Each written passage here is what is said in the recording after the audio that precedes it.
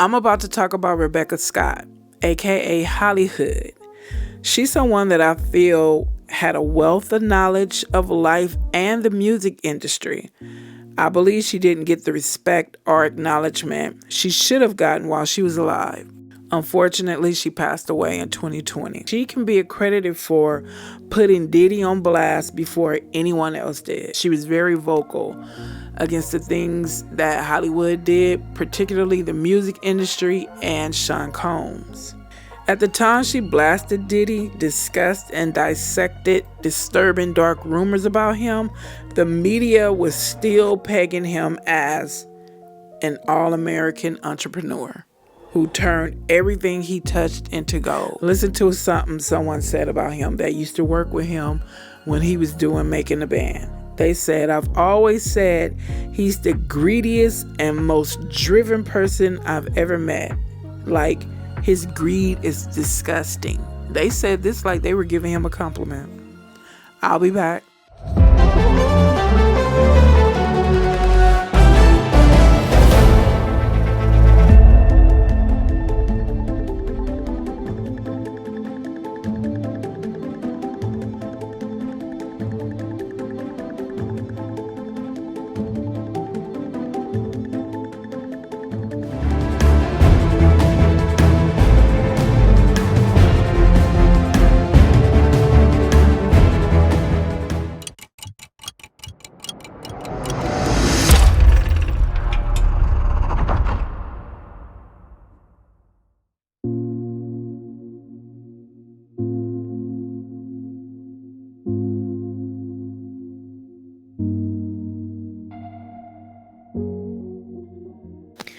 Hello everyone and welcome back. Let's get into this.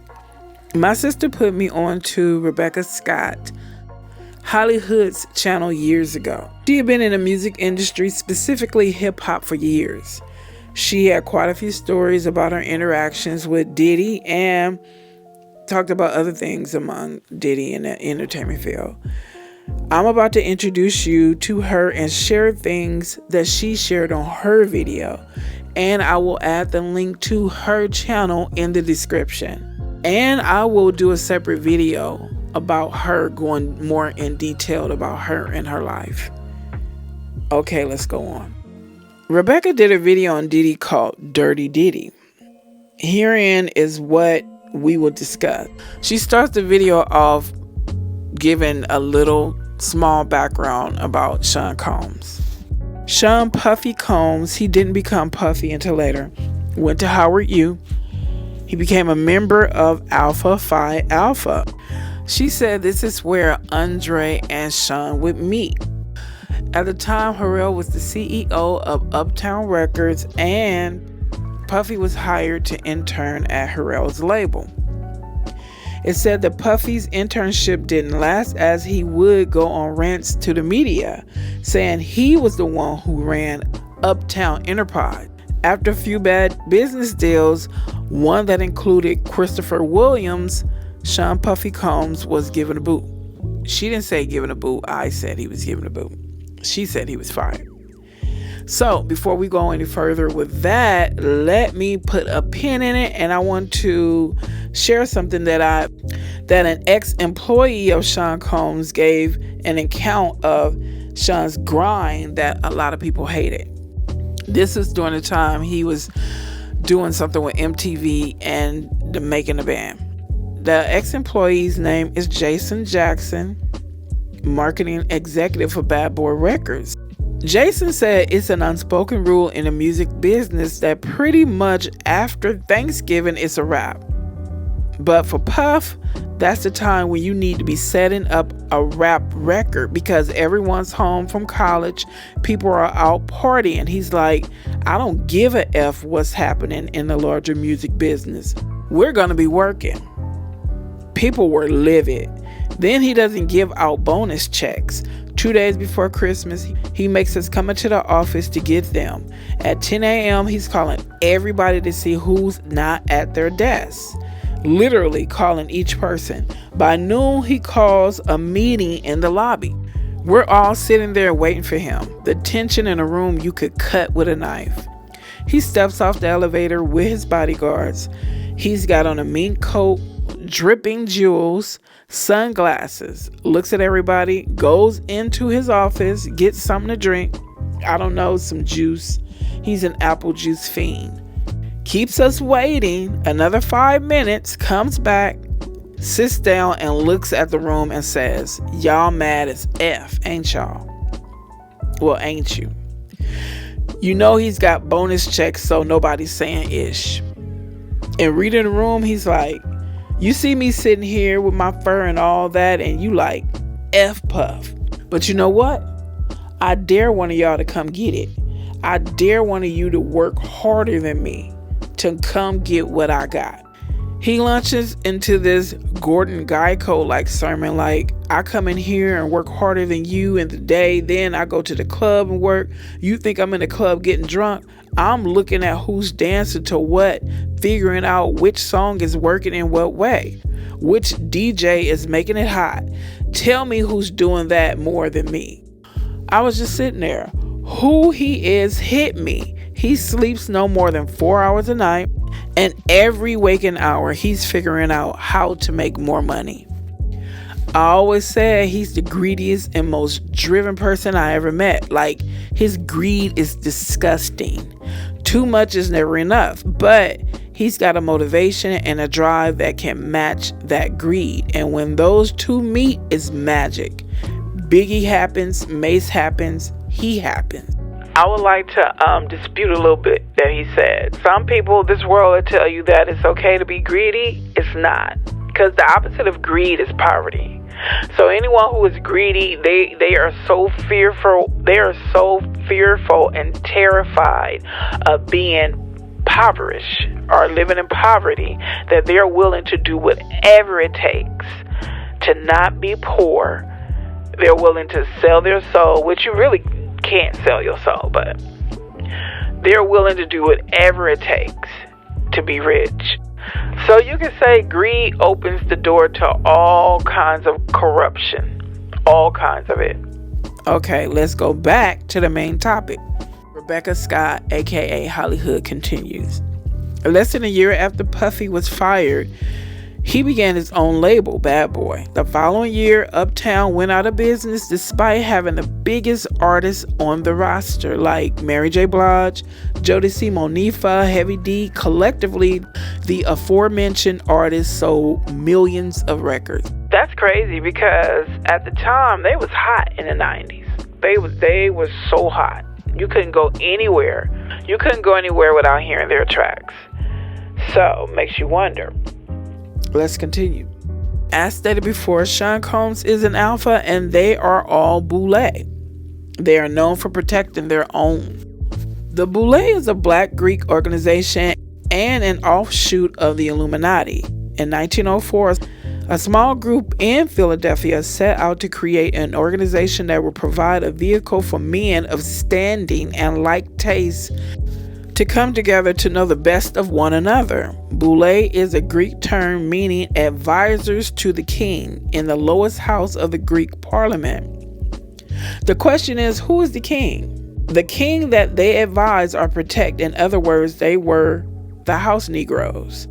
They advise and protect the Anglo-Saxon secret societies responsible for white supremacy.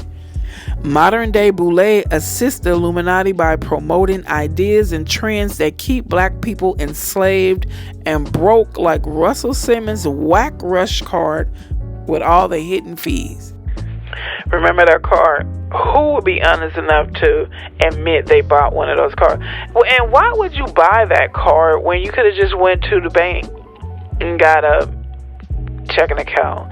See, some of these people treat black folks like they stupid. I remember something Kevin Hart said about black people not having bank accounts, and you know, if you look at the history, if these people took history or study history, they would know the reason why a lot of black people do not like bank accounts.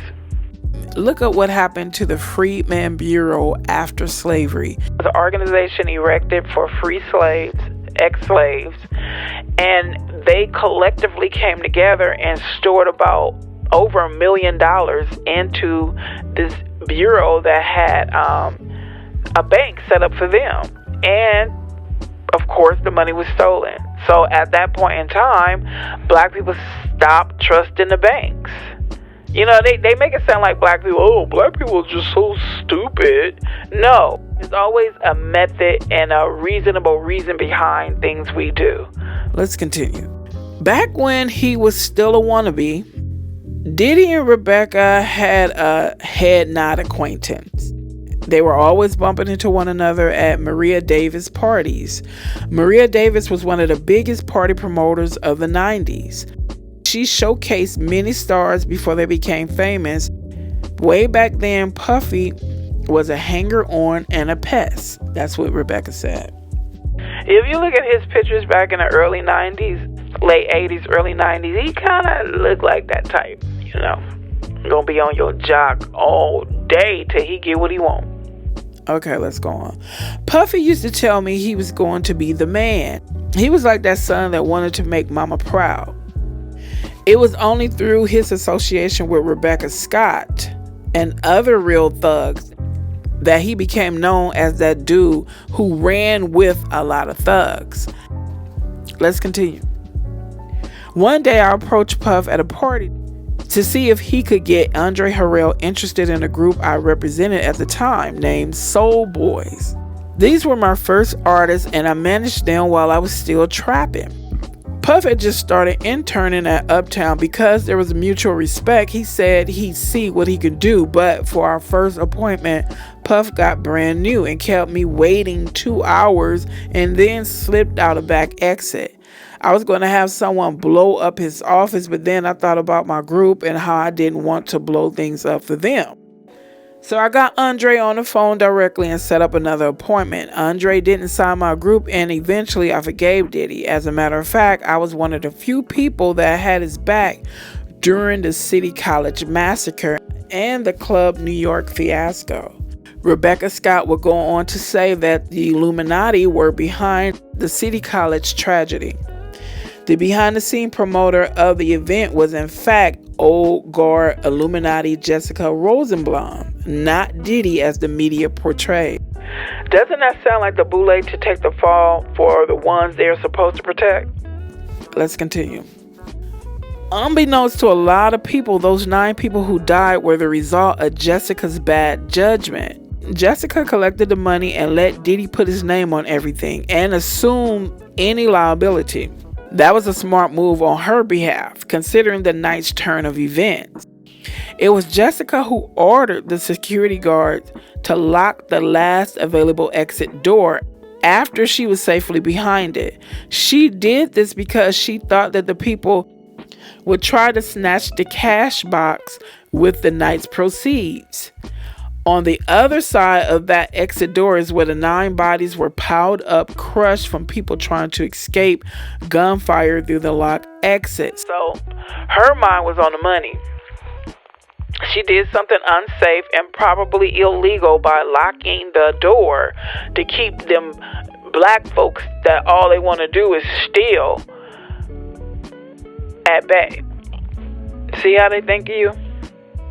You're going to an event, you're paying to go to an event that they promoted or put on, and she's treating you like a criminal. Or it's being alleged that her mindset was, hey, I don't want these stealing this dough, so lock that door.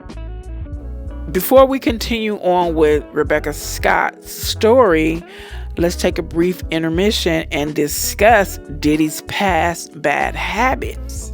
In 2001, P. Diddy was sued by his former driver, Wardell Fenderson, for $3 million. Fenderson claimed that P. Diddy forced him to lie to the police about the gun in a car after the 1999 shooting and that he suffered emotional distress and physical injuries from the incident. The case was settled out of court for an undisclosed amount.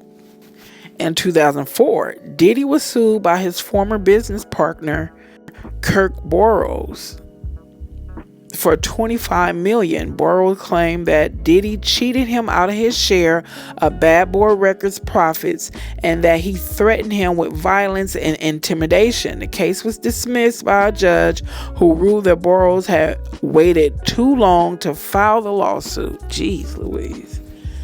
2005, Diddy was sued by his former stylist, Funny on Monday, for $25 million. Monday claimed that P. Diddy sexually harassed her, forced her to take drugs, and fired her after she refused his advances.